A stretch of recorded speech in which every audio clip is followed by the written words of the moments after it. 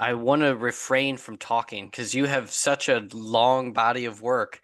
I just want to hear as much as I can from you, but I have a tendency to like butt in and be like, wah, wah, wah, wah, wah, wah. So stop me if you can, because my audience for sure wants to hear more from you than from me. Obviously, we'll get to Scrooge, but we're from what I know of you, it only started like 10 years ago. But I know that you have a huge body of work before comics, it seems like, as an artist. And I want to know a little bit more about just kind of what was your career before comics? And then how did you break into comics? And then we'll get to Empty Zone and then a little bit about, I'm sure you've talked about plenty of times about you breaking and getting Spawn and everything else. But what, especially my audience is really they're right at the start of their careers, and we love hearing the stories of how you break in. And what was like the first sort of big break that you get and stuff like that.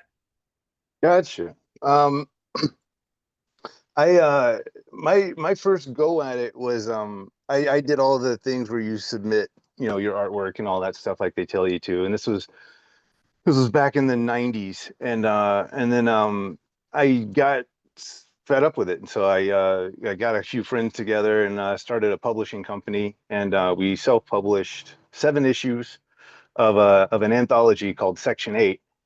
And it was some of those stories that I did in that anthology, like I thought one or two of them would be really good for maybe an ongoing series or something like that. Um, so basically we had this book that we had a couple of issues of, and I would do conventions around with it. And so I went down to this one show in Atlanta where there was a small company or an independent company called Sirius Entertainment, and they did mostly fantasy stuff like that. But I gave my books to them. They were genuinely interested, um, and so then they wound up offering me. They liked Empty Zone, which was one of the short stories in the anthology, and so they offered, to do my book through them for a 4 issue miniseries. And so I was kind of off to the races that way. I did I did one miniseries and that went well, and then a few other books. I was kind of with them for a little, for maybe a couple of years, and then inevitably we had a kind of a falling out or a disagreement, and then I was kind of back to square one, looking for work and not knowing what to do because these guys were the only ones that kind of brought me in. But luckily, through friends and contemporaries, my good friend Mike Norton, um, who is a comic book artist, does tons of work. He was about to start Queen and Country for Oni Press at the time, and the artist before him, I think, dropped out, and he was kind enough to throw the editors my name. Um, and they agreed, and they put me on, I think, 4 issues of Queen and Country. Um, like it was great because the first round of doing stuff for Sirius and all that, it was my book. It was just having a great time making comics and all that.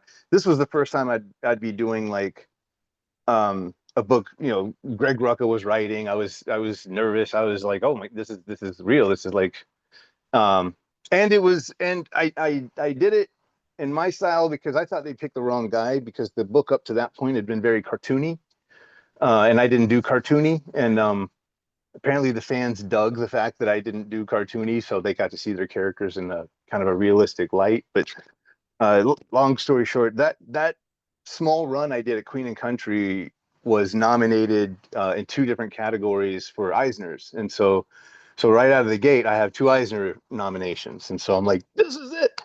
And so then I'm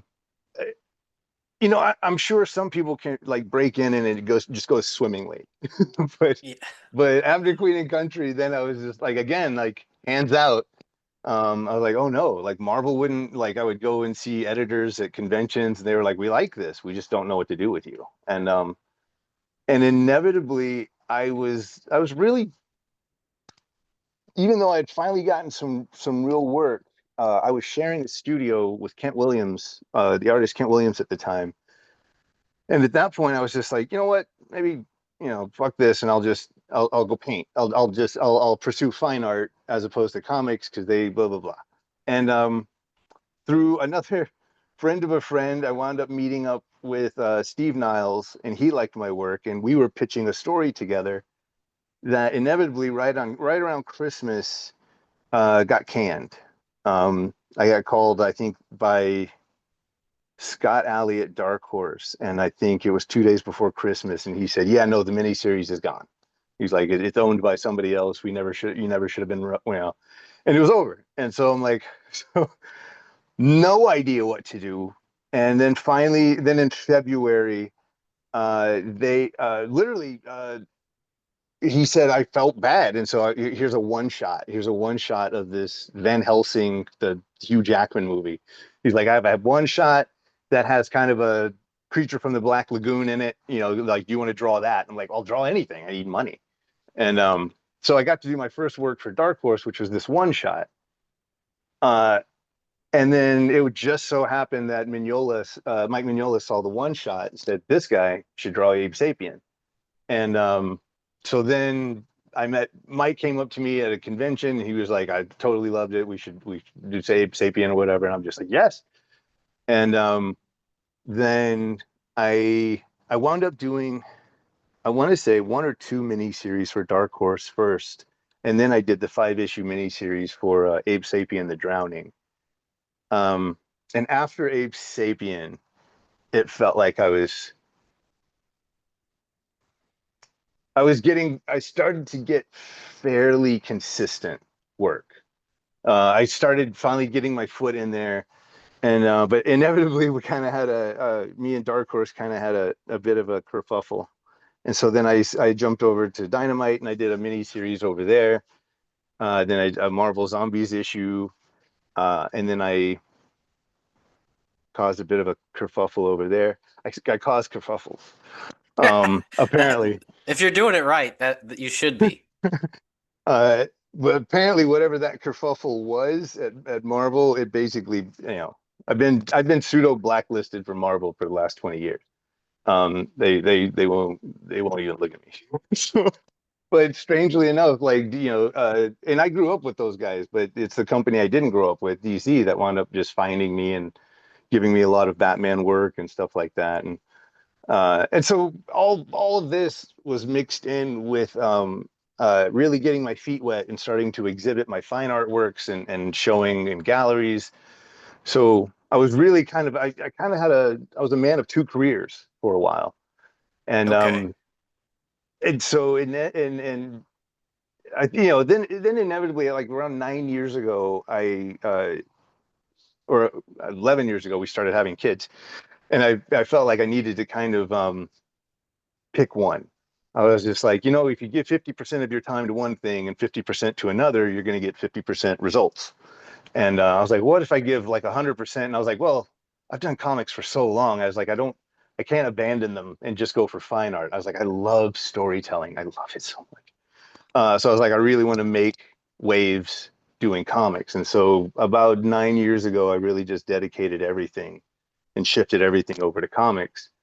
And then I've had more like since then I've done 10 issues, my 10 issues at Image for Empty Zone, and then I did Frostbite over at Vertigo for 6 issues, and then they went on to the 2 years at Spawn and 2 years at Philadelphia, stuff like that. There's a lot of gallery exhibitions, and there's a Smithsonian exhibition in there too, and like there's a lot, but that's the comic side. That's roughly it. I In high school, my sights were set on being a special effects artist. I wanted to do horror stuff and makeup and sculpt and all of that. And then somewhere around when I was 16, McFarlane started coming out with those Spider-Man, and my world was shook. I was just like, "What is this? Like, this is the most exciting comic." And so it's weird. It's like I still had that dark horror interest, but like comics, McFarlane, and then that led the way to all of the exciting like Image guys as being a fan, and then but then I found books like The Crow and stuff like that, and that really started turning where I wanted to make my own comic art, make really dark, emotional stories and that kind of a thing. Um, but yeah, in high school, yeah, I was really set on trying to be the next like Tom Savini, and That's then by awesome. the time I was a senior, I was like, I wanted to be the next McFarlane.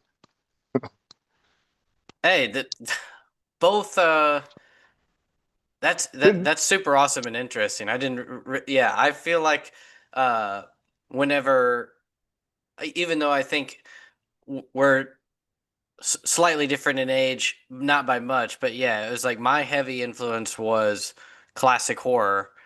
And so, of course, I dove into the what would be like behind the scenes, and yeah, I kind of wanted to be the Tom Savini, but eventually, yeah, you changed directions. It's Yeah, sad now that that's not even a thing anymore with digital stuff. It's like practical effects are all seen as some kind of boutique yeah. niche. But Um, still, like, if you know, not a lot of us have hobbies, but inevitably, it's kind of become mine. So it's kind of a fun hobby to, on occasion, get to go play with, sculpting I was gonna and ask, like, do you special effects. sculpt or do anything besides the fine art and comics? That's pretty much. I've made a couple of short films, but sculpting and makeup is something that I would still like to do, like genuinely as a hobby when I'm not. It's the only thing that interests me if I'm not drawing. If you make masks, I will buy them from you at whatever the price is. Yes. Just FYI. Uh, man, I love custom people that do like super baller, epic masks like that, and I feel like with your style, you would make some of the most epic ones that would be just wreck everybody. Like those. Um, why am I blanking on it? The sort of demons of Christmas, the Oh Krampus yeah. mask that people make, like you would Oh just yeah. crush that. Oh, Krampus. Yes. Yeah, you have such a distinct style that we can jump now to screw epic. Thank you for that. Your career perfectly summed up there, um, and how uh, to just to highlight to me the key parts of this as I drill to my audience. Everyone that I have interviewed that has a pretty stellar career, such as you're a perfect example, it seems like it happens overnight because the thing that they know of, like Spawn or Abe Sapien, seem to come out of nowhere and they ignore or don't even notice that you spent years and years and years making your own stuff and trying and getting recognized and getting canceled and it's slow and then all at once. And once you dedicate, and even after you had these breaks, you still had to dedicate everything into just going hardcore into it before the steady work just and now it's just it's real. It's about as you're about as top level as I feel like that are out there when it comes to someone that writes and does art and has done some of the biggest IP for some of the biggest titles and your own stuff, self-published. You've done virtually everything, and then at the same time to be doing gallery work, Smithsonian. Like you're reaching like the highest points of all levels. It's kind of like anybody that aspires to do anything in this career. It's like you're a perfect example of like here's the steps that I took. You have to be a a phenomenal artist, but there on top of that, there's a whole lot of steps that it takes time to go at. But There's a tenacity factor that is probably more key than even talent. Like, oh because yeah, even talented guys will still get frustrated and drop out. And I was like, no, this is it. I need to Y- make art for a living. I started out in a small town in Tennessee. I've done every shitty job you can come up with. I've worked at recycling plants and automotive factories and janitor at banks and businesses. I've lifted and shoveled all the garbage, and now I like, and still every day I see palm trees in LA, and I'm still greatly appreciative that uh I'm greatly appreciative for my tenacity because I was given talent, but you have to like work at that and hone it to actually make a skill of it. And so I'm grateful every day that like this is what I'm doing now. I'm no longer in Oh tiny yeah. town Tennessee. I was gonna. You're based on the West Coast in LA now. Yeah. How long have you been out there? Like for a long, long time? Yeah, now 20 years. Wow, Oh time man, that's flies. awesome. Well done. Yeah, and I'm assuming now you have agents and everything. Like you're just there. The people are finding work for you. You're at that level. So when did you, from my understanding of the Scrooge page on Zoop and things like that, this is a project that was started a long time ago and that you're just now getting into? And it sounds like from what you're saying with your career, is this another one of those where Empty Zone started out as something you did a long time ago, you did it as a thing, and then now you're sort of expanding upon it or turn it into a more finalized version or something like that? Empty Zone is that's exactly what happened with it when I started doing it at Image, 9 years ago. The Empty Zone I'm going to be launching next year is going to be a continuation of that series. But yes, it's one of the books I'll be making next year will be the Empty Zone Omnibus that'll have everything that's ever been printed of Empty Zone before the Image days. It's a 300-page book. So there's I did I did a 4-issue miniseries. I did a an 8-issue miniseries, and then I was starting a third miniseries of Empty Zone when I had the falling out with Sirius. And each time I would start a new miniseries, at that time I was young. I was just like, I don't make comics. And so each time I would start the miniseries, I would be like, oh, okay, I see what I want to do with this now. I see where it's going to go. And so it kind of got more and more refined every time I would do one. And then it was time to do it through Image. I was like, okay, this is it. This is how I'm going to approach this thing. This is my thing. Um, and even with that, there was a lot of flub ups with how I was um, going about the production of the series and the marketing of it and all of that. Inevitably, after 10 issues, I had to take a break and then find work elsewhere. But coming back to it full circle now after really great experiences on, especially with Philadelphia, like promoting my own creator-owned series with me and Rodney, uh, I learned a lot about coming back to do your own thing. And so when I come back for like Empty Zone next year, it's something that I've been refining and scripting and working on and actually putting more advanced thought in as opposed to just I want to draw great cyberpunk stuff. Now I have longevity and I'm excited about it. I'd like it to be an ongoing series, and I'd like that to kind of be my next real long-term project. But yeah, it was started in 1998. That was the first Empty Zone short story published. Um, it was 2000. It was 25 years ago when I got the gig to draw Scrooge for an abridged children's book version. And so I did 80 something illustrations of pen and ink, old school pen and ink with a quill, because that's what I inked with at the time. Awesome. Um, I have 85 of those things, and then the line of books shut down, and then the company went under. Oh, And so yay. so I was like, well, and it, inevitably I was just, well, it goes in the shelf, and that was it. Cut to 25 years later, my wife finds it, and he's like, what the hell is this? Like, Um, and so inevitably, or initially, I was like, well, these aren't bad. I was like, let's just, it's kind of like, let's just do a cash grab and like, let's just print these things. Let's just make my own book. The company's gone. It was 25 years ago. Let's just, the Dickens is in public domain. Like, I'll just do that. I don't have to do any work. Um, and then I start putting the book together and I start fixing little things in the drawings. And then I start fixing more things in the drawings. And then I start getting a little bit more elaborate. And then I kind of had a real moment of that this was really going to be, if I really pursue this book, I was like, this is going to be the only time I'm ever doing this. I'm not coming back to Scrooge.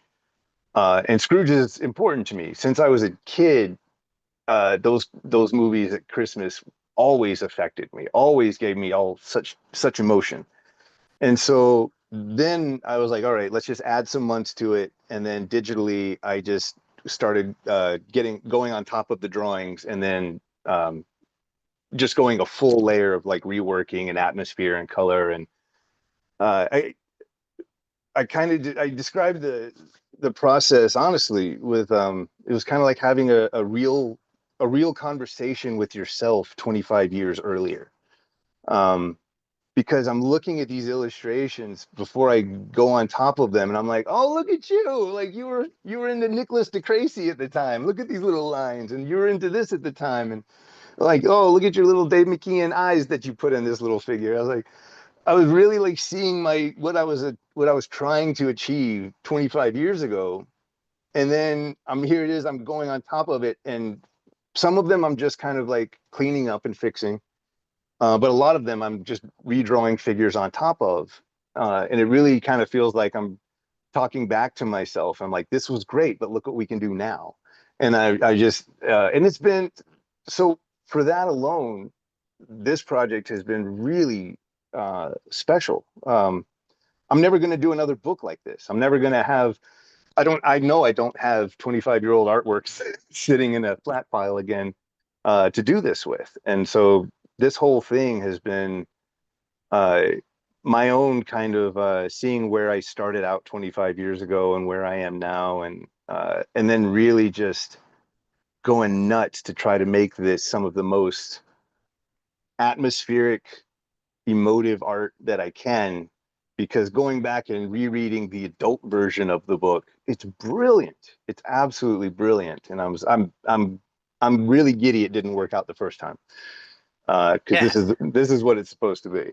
Yeah, that this is going to be way better than what it was originally supposed to be. And Yeah, it's funny that you said it was originally supposed to be a children's book because whenever I view it, I'm like, oh, nice. He's doing sort of a more horror version of Scrooge, you know? Like, this is a Christmas Carol the way I've always wanted to see it. Not the yeah, Muppet version, but the. same. I wound up telling my wife, I was just like, "Hey, I'm reading this book, and it's not a kid's book." And she was like, "Did you think it was?" And I said, "Yeah, I saw the Muppets do it." And I wound up texting my wife, and she's like, "Are you sure it's not a kid's book?" And I'm like, "Unless kids really love for Christmas like regret and ghosts, I don't think so." Yeah, now looking back, it's like, how did they make this appealing to kids? They Right. had to make it Muppets in order for us to sit through such like a really depressing and intense uh story, you know? I mean, really, a Yeah. lot of the classics are like that, honestly, because it's just like it's just so proof that that's why I love fiction and how it just portrays how intense real life is, and you can just see the eras change of like the Dickens era. Just life was so more heavy that they Yeah. were unfazed by kind of the intensity of a lot of these stories, and the depressing aspects weren't even considered. That was just part of life. Yeah, I mean, this guy just, yeah, he doesn't even second guess it, you know. He just like, there's no prisons, the poor people can't go work, and I'm like, oh my God. Just reading it as an adult, you're so much more aware of like what level of prick that this guy was, and but that's also what makes this story. I mean, like, you know, there's such a beautiful turnaround, you know, at the end, um, that you know, one of my I really love the first like or for the early like black and white Scrooge with I just said his name not long ago and I lost his but like the you know the one of the first Scrooge, but then in the 70s they did one with Albert Finney that was kind of a musical, and that thing still makes me cry to this day. Like it's just the way that he nails it and the emotion at the end. I'm just like and so I'm like I really want to like I want to hopefully make someone feel something. 'Cause, I mean, I know it's Dickens' text, but like uh, the way that I'm working the illustrations and all of that, I really want to.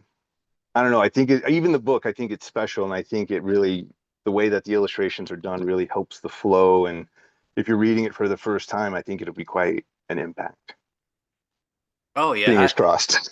I as in the future, what's really cool about this, at least from my perspective, especially if I was in your place, is like you are now going to be mashed with one of the greatest stories ever told.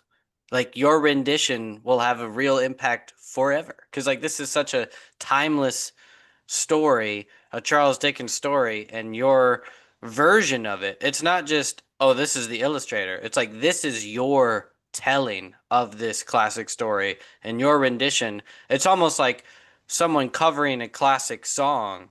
If your cover is has equal meaning, it's like you're now you have a place in history. Like in the, I mean, obviously in the comic world, you already do, but now it's like Oh, in thank you. world literature, you're attached to the greatest. And to me, that would be like, oh, I don't know. That's really awesome that you're doing this. Um, I I'm hope excited about it. I hope it's received well like that.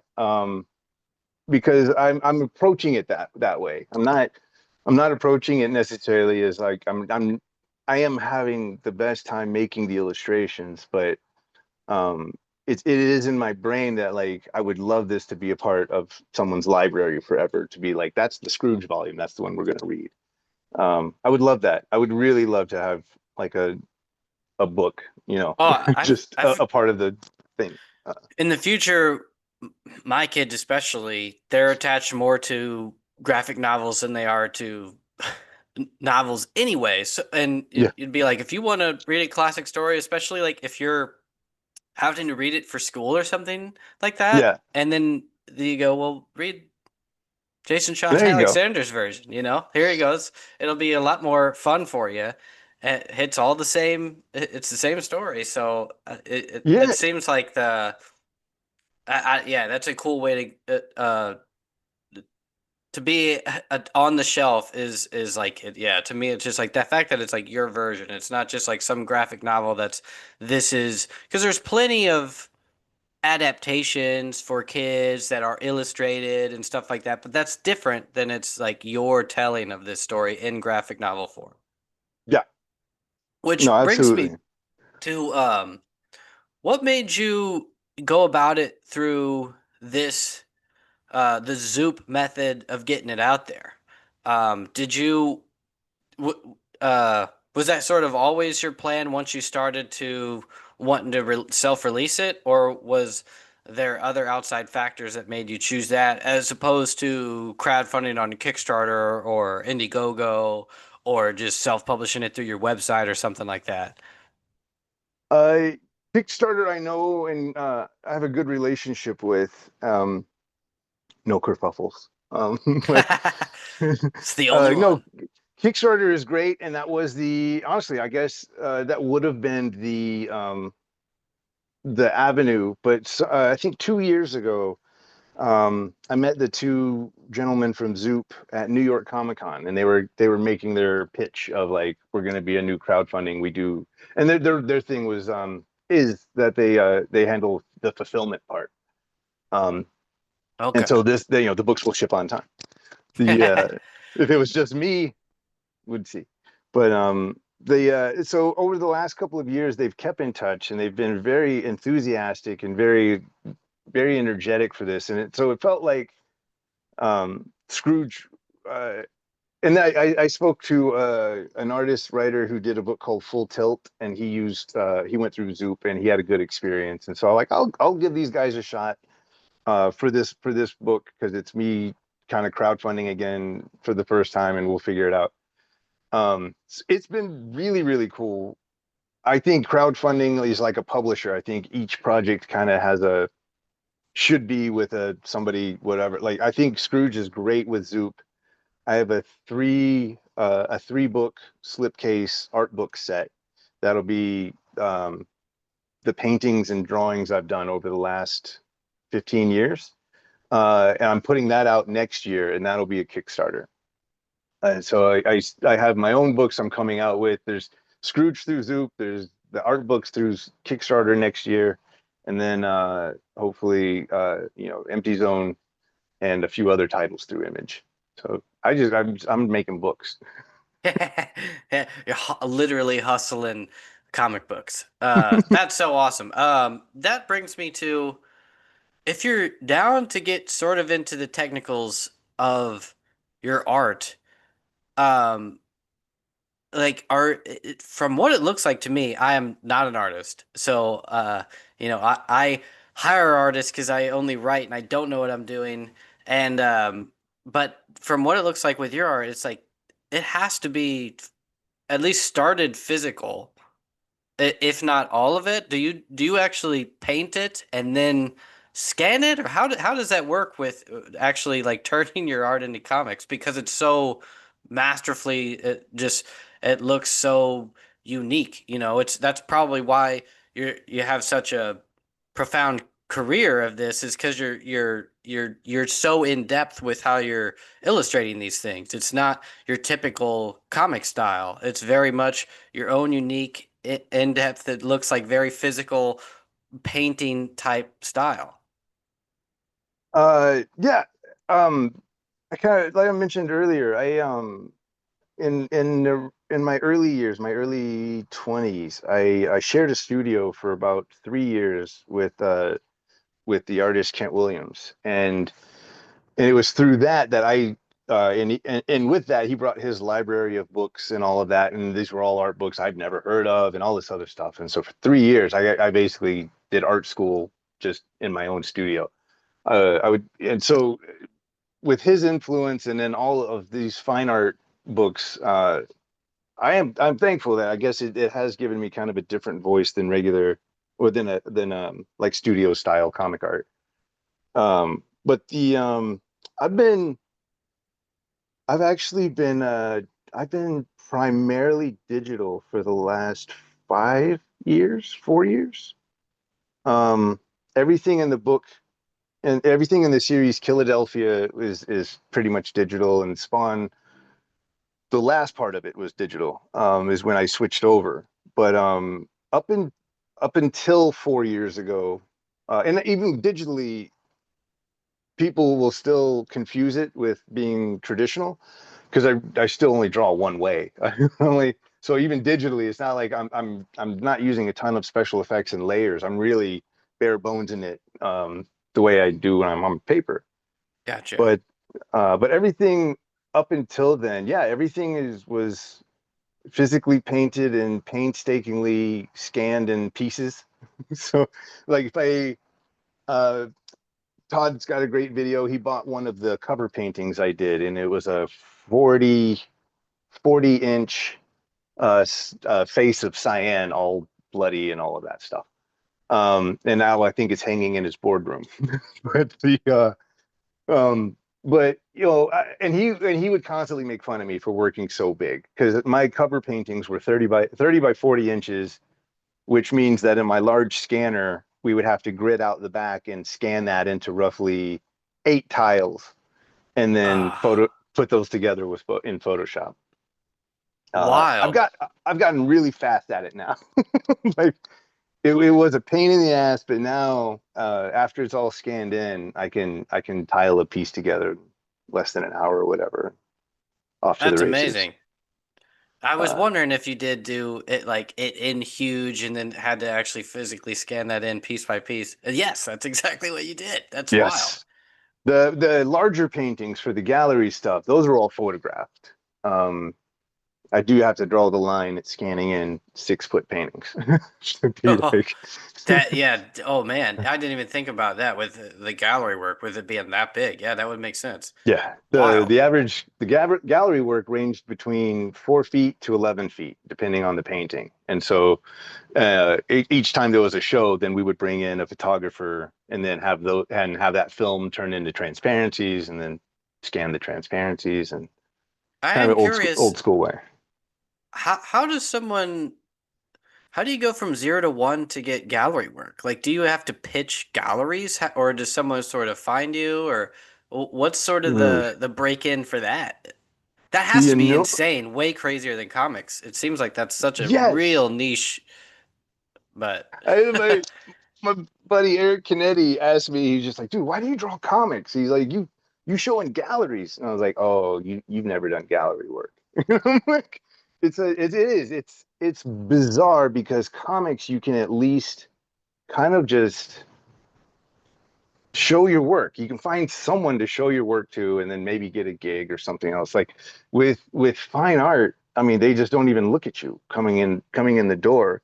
And so even at the beginning it felt awkward because I was like it I understood that I needed to like be a part of the scene in order to like try to come up through the scene. So then I had to all of this fighting with myself of like I was befriending people at galleries and stuff like that. I'm like, well, am I befriending them or am I using them or am I whatever? And the answer was kind of both. So inevitably, I was painting my ass off. And then I literally, I just started, it was part of my regiment to start going to galleries in LA. I would just go to openings or if there was art fair, anything, I would be there. So inevitably, and I wasn't just going there to look at art. I would go there and I would try to find the artist. I would meet them because if I could befriend them, then hopefully I could get them to look at my work. And if the artist liked my work, the artist could then uh, give Recommend you or recommend yeah, me to the refer. galleries. Yeah. Refer. There we go. So that's kind of how it's how I broke into fine art was a referral basis. I made friends with enough artists who then really liked my comic work and that work. And then over when they got comfortable enough with me, then they would pitch me to the gallery. And then I started doing group shows and then solo shows. I yeah, okay, yeah. I It's more of compare a that. social network to get into the gallery world versus the comics. No, yeah, that makes total sense. The with comics I suggest to people is uh collaborate with someone better than you. Like that's kind of the best path to actually move up in a significant way, really, is to either get a mentor in a sense, or create something, complete something that's good, and then Yeah. collaborate with someone that's established already, or at least better than you, that can uh, kind of walk up the ladder together. Yeah, Um, I mean, and in comics, like that's the thing, especially if you're an artist, like find those writers, man. And especially try to find a writer, that has some already has some cash, in the industry, so then if because a lot of writers, have scripts for days and they're just looking for artists that draw them. So like there's a good chance when you're breaking into comics, I would really I would try to yeah, hooking up with writers of note would be an easier, like a smoother way in. I mean, I was fortunate that I went from writing and drawing my own stuff to working on something that Greg Rucka wrote. So it was kind of instant attention on me just because of him. Um, and then inevitably it kind of flips sometimes, hopefully. Like they're getting to milk you for a little bit. So I know Rodney, when we started doing Philadelphia, he's done film for 20 years, but he was new to comics, and so he was kind of he was doing that with me. He was just like, dude, you're top here, and I'm trying to break in, so I'm absolutely using you to try I to. was gonna ask, was that Rodney's kind of break into comics? Was Philadelphia? He did. I think because it took him probably longer than it really should have to convince me to do Philadelphia. So then I think in that time he started because he doesn't play around either. Like he goes and tries to meet the people that he can talk to get work. So he inevitably met up with Jeff Johns, I think, and did a few issues of Lando, Lando or some kind of no some Hawk character at Marvel, and he did like a short run there. Okay. Um, but he was like, and even in that, like the editors were like really schooling him and helping him understand how to write for comics, which he was just writing too much. And, they were like, dude, would you want to read this? And he started going back through and he's like, I wouldn't want to read this. And so that's really helped him understand to start cutting back on the words once there's like art and all of that. And then by the time we got on Philadelphia, he really hadn't improved all that well. He was terrible with pacing. Comics. he can pace a scene. I was reading the script and I'm like, God damn, this is amazing. But then I'm looking at like the number of panels and where the reveal pages are, and I'm like, oh, this needs a lot of work. So so I would help smooth things out on the storytelling end. And then and then we just get on so well together when we're working together. He sends me a script. I sit back with a nice little whiskey and just read the script as a fan. And I'm like, God damn, that was good. And then put it down, grab my coffee, and start doing layouts. Like, but I need to read it fully as a fan because I really dig his writing and I want to kind of enjoy the story on some level. Um, but then I'll do so then I'll do I'll do the art, then he gets the art, and then he starts cutting his script down because he's like, you drew it. There's no need for those words. So he'll go through a final edit once he sees the artwork, and then that's what comes out. I feel, even though he's very complimentary about the art, I feel sometimes he would cut too much. I was like, dude, I love your words. I love your words. Don't cut them out, But yeah, he felt that they weren't necessary, But I appreciated the whole back and forth. It wasn't like I wrote it, that's what's got to go in. If anything, Yeah. he wrote it and then he trusted me and then he could see what he could take out, and it was great. That it seems like that has to be how it has to be that way because I've worked with artists that weren't like that before to where it what I said, that's what they did, and that's it. They would read it one page at a time. They didn't read the whole story. Then it's just I'm getting paid to do this page as the panel's written, and it's just like there's just no passion or real art in that. It's so to have that we both agree upon the full story. It's back and forth. It's not done till it's done. The bubbles can change, the number of panels, the structure can change. The script is there, but it's like Yeah. the final the painting of everything to see it as a master work is back and forth the whole time. I feel like that's why Philadelphia is a hit, because it's real. It comes from two great artists working together in tandem or whatever. Um, It was a real collaboration. I really, yeah. is it still going? Or We took a pause after issue 35, so we have 6 volumes out. We have a secret project that is it's been greenlit on a number of levels. We're waiting on like a couple more that we're working on that I can't talk about, but it'll be fun to get back with him writing a thing, back with him doing a story again. We'll we'll inevitably he wants to do it this year, but I think it's going to have to be next year. Bring Philadelphia back and do like a final arc to kind of finish up the story. Um, so we do want to go back to Philadelphia, but right now we're still just kind of taking a break and doing a billion other projects.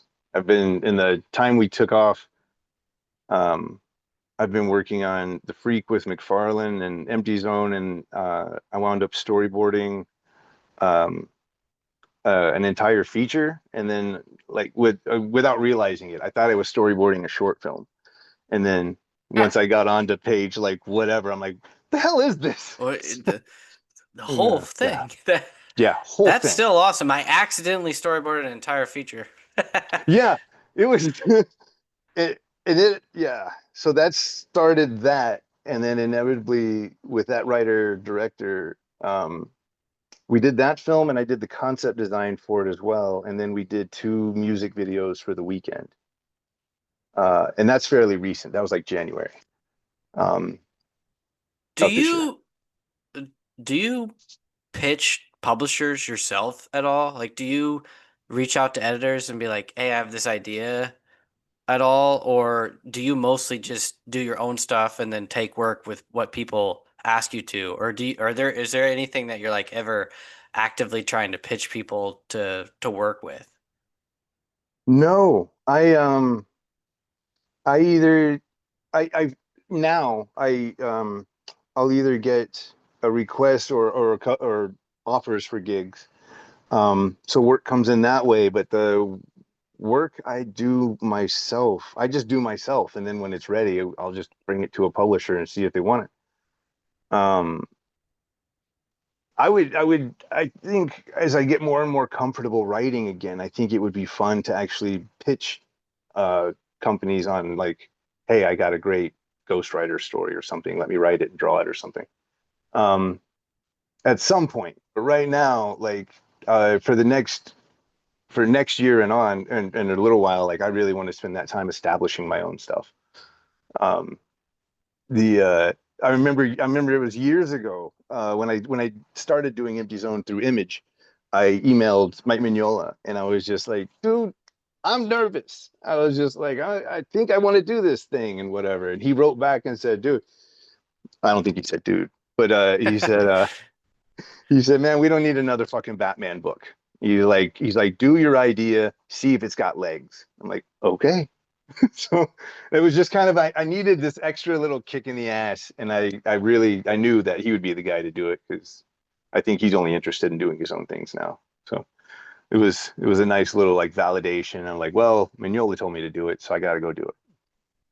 That's super badass. And that brings me to I'll kind of the final topic of our discussion. Thanks for doing this, by the way.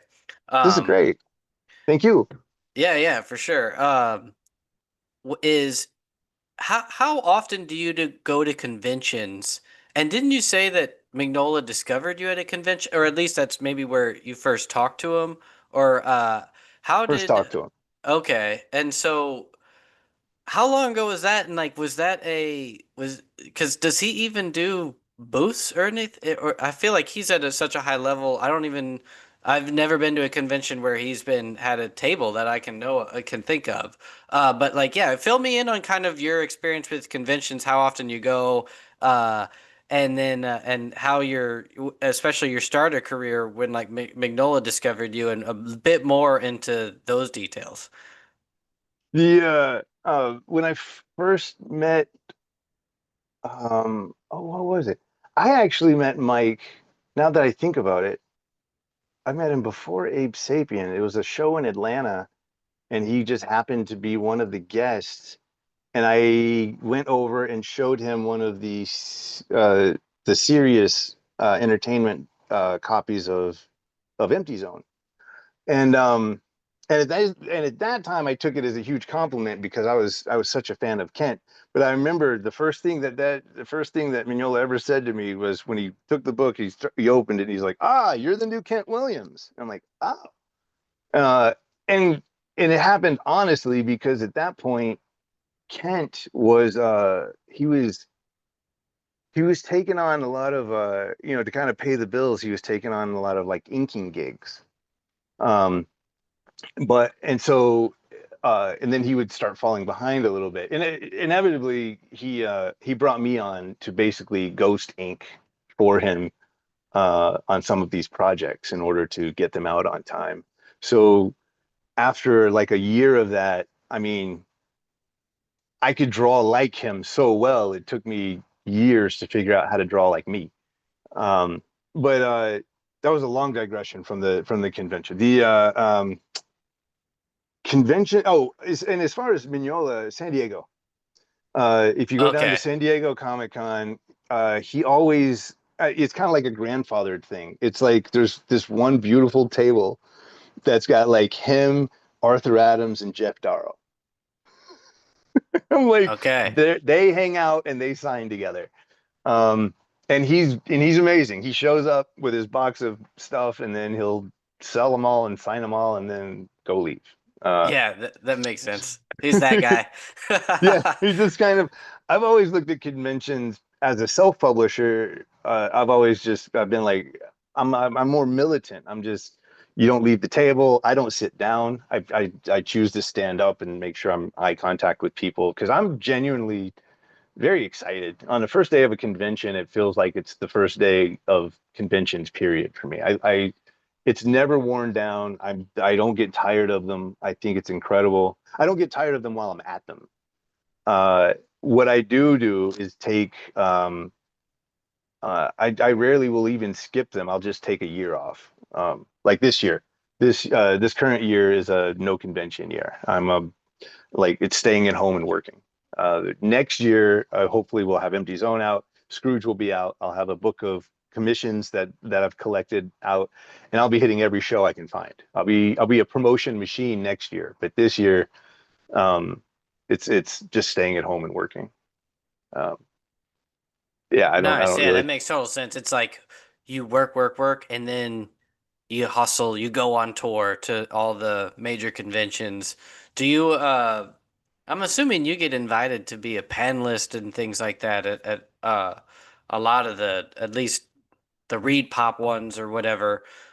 Um so you have even more than a reason to go, not just to sell yourself. It's almost like you get invited to the things as often to where you pick and choose based upon uh who has the greater perks, I would think. Yeah, no, that part. I mean, and I have to say, like, I would say that's fairly recent, and I'm still like, I still get giddy like a kid when someone like, if I like, oh, I want to go to C2E2 for the first time, and so when I applied for that, they came back with like, oh shit, this is great. Come on, like you don't have to get and the whole I think I told my wife that story 3 times. I was just like, they're just gonna let me in, They like. did, yeah. That's And awesome. all the time. And she's like, "Do you do you know what you do? Do you know how long you've been here?" I'm like, "It's exciting. They let me in." Yeah, I that anytime I'm any I love doing shows, and anytime that someone wants to invite me and bring bring me out for it, except for this year, it's an honor. Like it never I'm never like, okay. yeah, Like yeah. I'm like, this is exciting. I mean, I love conventions. The atmosphere of them. It's I've tell especially with independent creators that don't have a body of work. I'm just like, just go to conventions, get a feel for, like, this is an example of a band going on tour. Like, you might make music at your house and you might have a little EP, but going out and doing, like, conventions are the live shows for comic yeah, creators. And it's where the energy is felt. It's where you get to engage with fans. And it's like, if you want to actually somewhat take this seriously, not even as a career, just as a hobby. It's like you do need to experience what it's like from the other end of you as a performer live with yeah, your readers, like the people that are here because they're nerds for this culture. And yeah. it gives, and if you like that, if you feel that, then you'll know you're like doing kind of the right thing. And that's where I'm just like, when you suddenly like feel the energy of like the real, I don't know, physical power of what it is that we're doing. I don't know what it is, and it's like, and some people don't experience that, and it's like, well, then, maybe it's not comics that necessarily are your spark. It's storytelling in some form, but to me, that's how how I feel about conventions. So it's always cool to hear other people as far as what they're how often they go and what they feel about them, and the fact that you're like, yeah, I love these things. I'm getting the fact that they keep telling me to come back is, you know, it's fun every time. I love them, man. Like this is a very secluded job. I'm in my studio 12 hours at the time. Like, and there's times where the day has gone by and I realize I hadn't uttered a single word. And so I'm like, there's uh, this energy is like, oh shit, I get to see the people who actually show up and buy the books, like at conventions. And I'm like, it's really remarkable to see what the world looks like outside of my little cave. And like, and it's like backstage. Like there's Jay Lee still does Artist Alley and stuff like that. Like so you're gonna be placed next to like someone of note or some kind of whatever. And that's also where you kind of take the and I tell younger, new artists this. I'm like, do conventions because you should be networking. Yeah.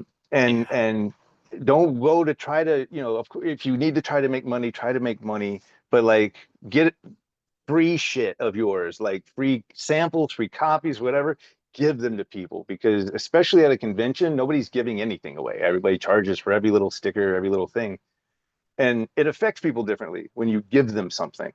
I go to conventions now, like last year, to kind of rev people up for the future Empty Zone. I'll buy a small box. I'll buy a decent box of Volume 1 of Empty Zone from Image, and I give those to people like throughout conversations. I'm like, oh shit, they would really be into this.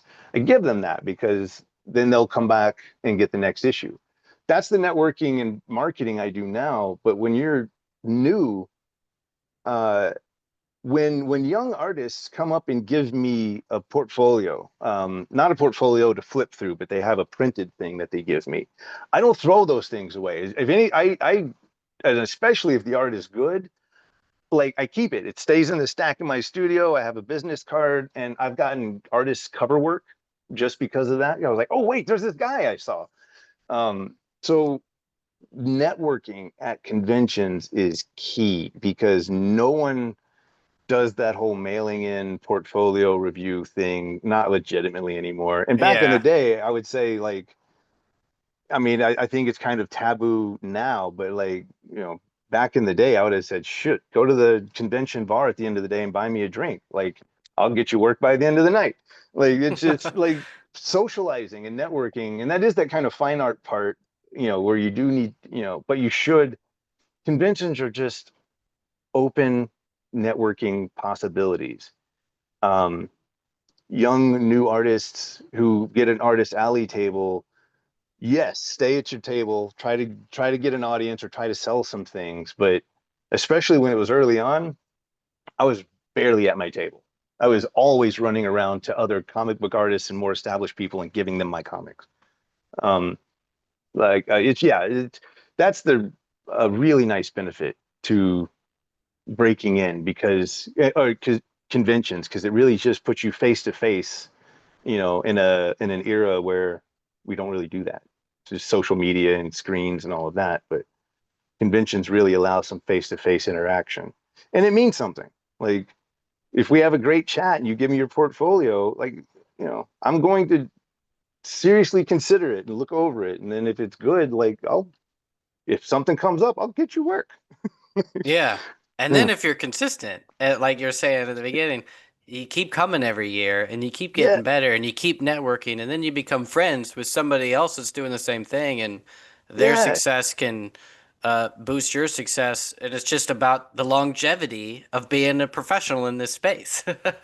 Just tenacious, man. Just show up to all of them, whether they go great or whether they go bad. Just know that, like, yeah, that's the roller coaster to get to a place. So the battle, I've gone to conventions where uh, I didn't have the money in my bank to pay for the hotel. But there I was on day one at my table trying to earn the money to pay for the hotel that I'm staying in. I'm like, you by hook or by crook, man, you got to Yep. do it. That's the way to do it. Hardcore. No, no, you burn the boats, there's no That going was back. it. I was like, oh shit, if I really don't have the money to pay for this hotel. That's the real that's how you sell things. Right? It's a By whole different motivation. yeah, right. Wow. I think we've covered a lot. What how much longer is this campaign going on? As of today, I think we have 2 more weeks. So I'm Okay. not sure. I'm not sure when this comes out, but I'm gonna it's Thursday today, right? Or mhm, Wednesday. Wednesday. Wednesday. I'll try to edit this tomorrow. I'll have it come out next Tuesday. You rock. Uh, by next Tuesday, they'll have a solid week Okay. to be able to get it. And right now, I'm actually waiting for Mignola to send me the forward that he's writing for the book. So Awesome. uh, Badass. I was gonna say a final note is when you do start uh when you take Empty Zone out yourself, if you develop your own collector's box of everything from the first mini issue you did on your own back then up to like the everything you did with Image to that now, and it's like the full thing. You got an yeah. audience for that. We'll pay. I'm sure you've already got Oh, it unlocked, but like I'll get that premium collector's edition for sure. you rock. Thanks, man. Well, this is awesome. Take it easy. Yeah. If you have anything closing remarks, where can we find you? Obviously, we can find you almost everywhere. But what's your Twitter handle, or where are you? You're on Instagram, and all that. Do you have your own website and all that? Studio JSA is my website. The my because of my long ass name, I Jason Shawn Alex is my Instagram handle. And if anybody wants to check me out on Patreon, is literally Jason Shawn Alexander. If you find me on Patreon, I do through that I do weekly live drawings. Because most of everything I do right Nice. now is digital. Once to twice a week, we spend 2 hours of just doing a full mixed media, toothbrush, spatter, white gouache, like every week. And so if anybody's interested in that, it's on Patreon. Oh yeah, and I just subscribed to you on YouTube. You have a YouTube channel too, where you do live I drawings, That right? one is relatively like, yes, we're Old, building but that one now. oh, Yeah. No, okay. no, it's It's very new. much new. Okay, Yeah. cool. Uh, and then if anybody wants to grab a 200-page hardcover of Scrooge, that would be at zoop.gg. I'll put all the links in the description for everybody. And we'll just funnel my huge audience right to you. All right. Well, thanks a lot, man. This has been awesome. And I hope we can chat again in the future. We can make this a regular thing as you get new things coming out, man. I would love to, man. You're great. This is awesome. Thank you. Right on. Take it easy. You Have too, fun man. in LA. Cheers.